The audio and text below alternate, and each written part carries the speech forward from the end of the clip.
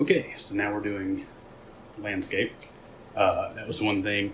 It's actually kind of a good point for what I want to bring up. I I had some friends suggest you're using the phone the wrong way. It's going straight up, and we're only getting, I forget what it's called, but it was basically just that one rectangle straight up and the black bars on the side. And they suggested maybe doing landscape would make it look better doing these videos. So I agree.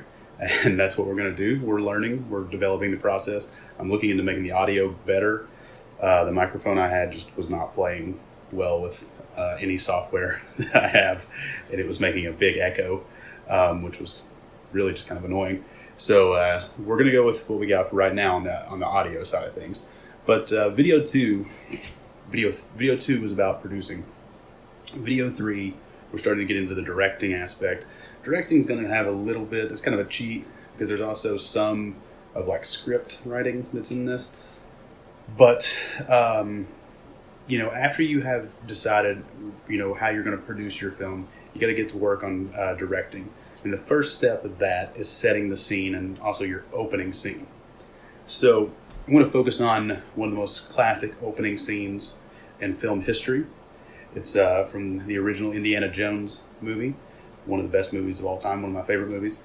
And in the opening scene, what you need to do when you're deciding to go on this journey, you need to figure out your opening scene is where we find the hero, you, oftentimes struggling, but we also get introduced to who you are as a character.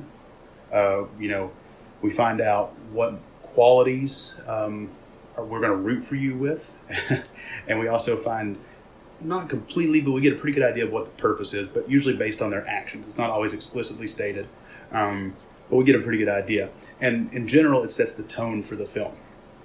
So Indiana Jones is a great example of this, and I've broken down the opening scene. It's roughly 7-ish minutes. It's iconic. It's the scene, with Indy with the golden idol and the boulder coming down.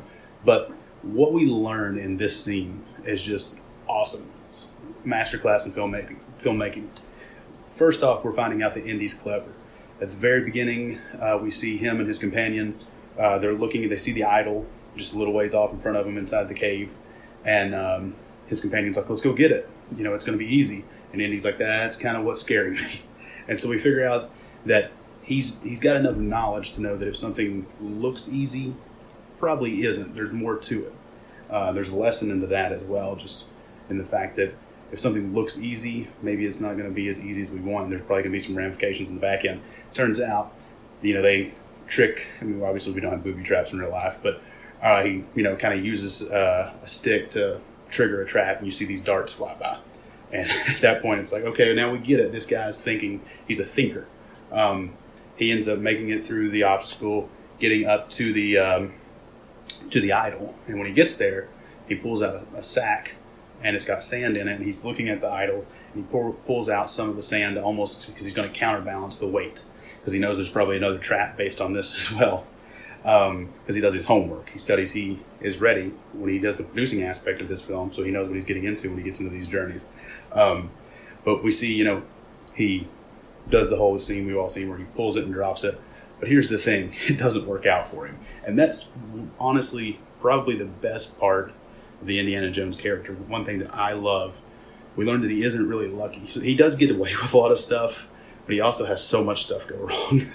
Later on in the scene, we see that he's running from this boulder that gets triggered by this, and he makes it out, like unbelievably, he's able to make it out of this crazy life and death scenario. He rolls down a hill, and as soon as he gets up, the antagonist is there and is like got all these different native people pointing bow and arrows at him, and he's like, okay, give me the idol.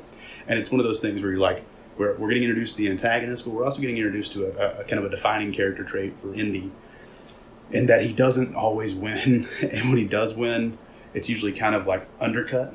And then we also see that he's just resourceful. Even though this escape from the cave doesn't really work out, the man outruns a boulder, like a massive boulder rolling down at him, which is just a funny scene, or not a funny scene, but a fun scene anyway. As a whole, this is 6.5 minutes, 7 minutes roughly, and what we are introduced to is the antagonist. We're introduced to Indy as a character. We learn that he cares about history, and we learn that he's, in some of his dialogue, he studies it, he knows it, but he's also he cares about preserving history over his own personal gain. It would be easy for him to fight and try to keep the idol, but he realizes at this point, I've lost, might as well give it up. The idol is cool, wonderful, but live to fight another day. He's not gonna. It's not about him. It's about he's a practical. It is about him because he realizes he might get hurt, but it's a pragmatism that we end up seeing over and over again. Is that he won't risk his life, unnecessarily for this stuff, but his goal is always about knowledge and preserving history. We also get the tone of the film. There's this, kind of push. It's definitely an action film, adventure film. But we also get moments of comedy. We get to see his wit, this dry sense of humor. Then we're also just introduced, and this is, just the way that the film frames it. We see that hat, that that famous hat. We see the whip. There's a focus on him wanting the whip, and he finally gets it, and then he uses it. We learned that he hates snakes by the time he's making the escape. This is all in 6 or 7 minutes. This is a perfect opening scene. Go watch it. It's amazing. Go watch the whole movie. With the scene in general, you can probably find on YouTube. But what I'm saying, what we need to look at this is, and we need to say, in our opening scene, when we're planning out our course of where this movie's going to go to get to our goals, we need to set up front who we are, what we're about, and why we're going to stick to this goal. And I think that's a beautiful, beautiful example of how that's done.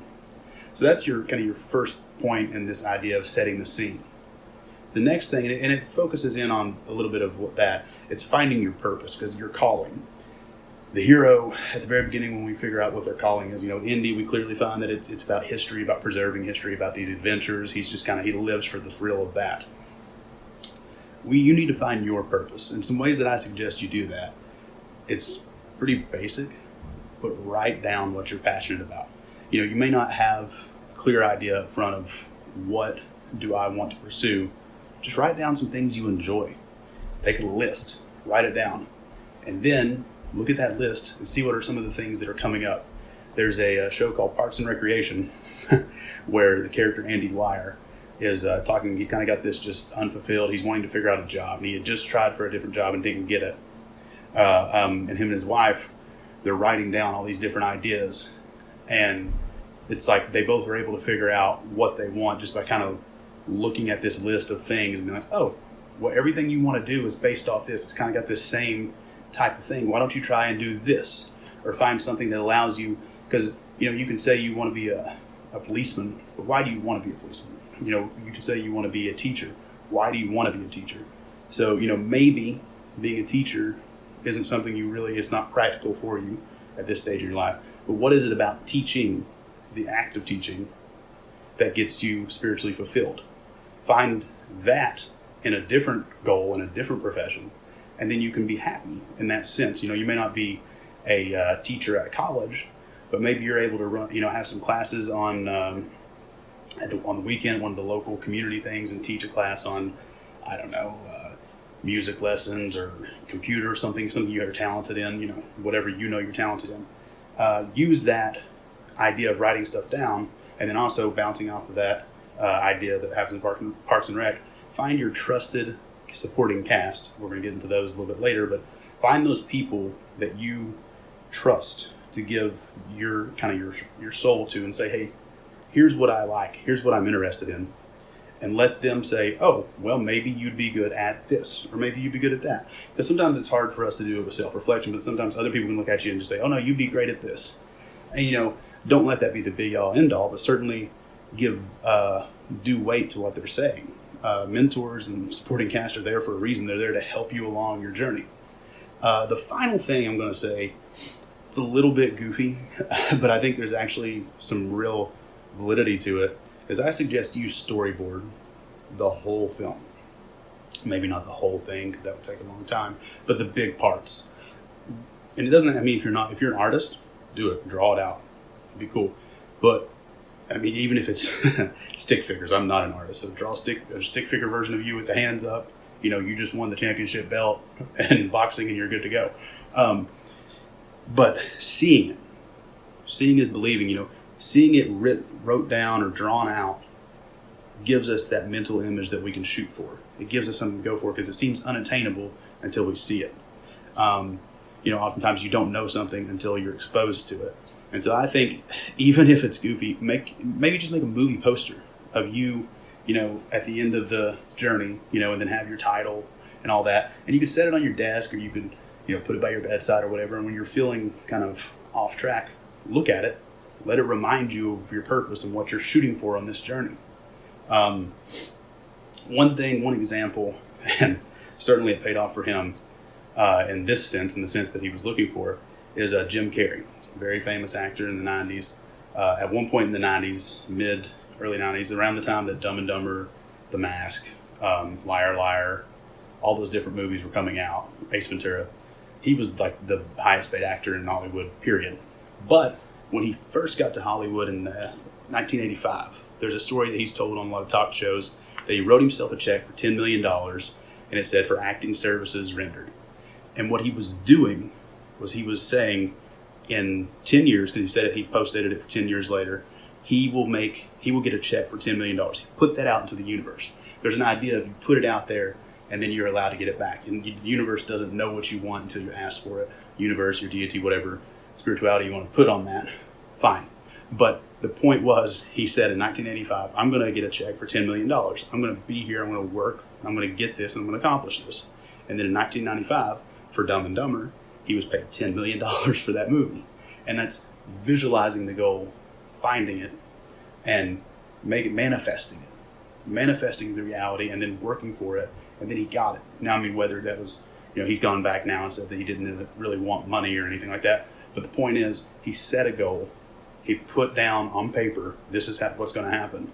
And then he made it happen. And that's what storyboarding and writing the script out and everything's going to do. This pre-game prep, this opening scene where you're finding yourself and you're establishing the points. This is who I'm going to be. These are the characteristics it's going to take. I'm going to have to give up, I mentioned giving up the social media. I'm going to give up, some time on the weekend that I spend playing video games to actually focus more on my project, my passion project. I'm going to have to tell those people that don't always, have my best interest in mind, I'm not going to spend time with you right now. I'm focusing on me. I'm going to spend more time with people who are helping me, who are uplifting me. So this is the third video in the series. Hopefully, with the landscape, it's a little bit better quality that way. We've got a couple more focuses in the directing aspect. There's going to be at least 2 or 3 more of these. So I'm excited to get into those. I'm going to try to keep them around 13 minutes or so. But if you have any questions, if you're interested in it, if you just want to talk about how great Indiana Jones is, feel free to message me and reach out. And have a good one.